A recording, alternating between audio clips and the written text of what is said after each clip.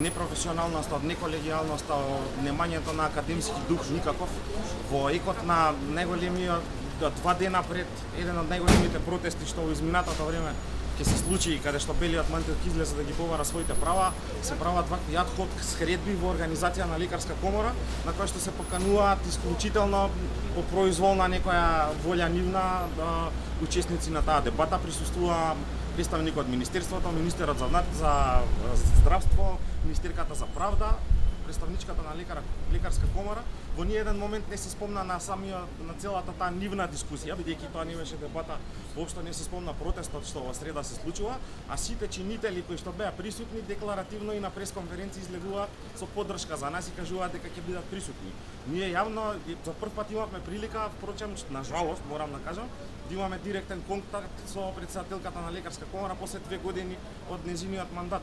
Воопшто до денеска немале доблест барем да ни одговора дека не сакаат да не примат на неколку пати писмено доставувани барања за средба каде што сме ние членови.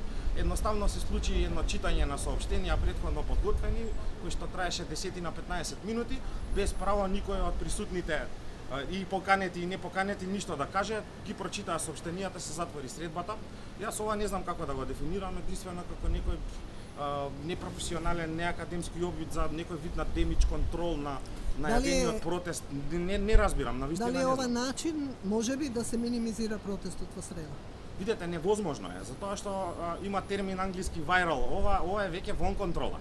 Незадоволството е огромно, значи незадоволни се пациентите, резултира со насилство, секундарно се незадоволни лекарите. Мултисистемски, мултифакториерен проблем во кој и ние имаме вина како лекари, меѓутоа главната вина ја гледаме во овој неорганизиран и едноставно кажано хибриден систем. Значи, сериозни коренити промени ни се потребни и дојдено е време за сериозни драстични промени во здравството. Веќе е недозволиво нити тоа што се случува на пациентите, нити тоа што ни се случува на нас.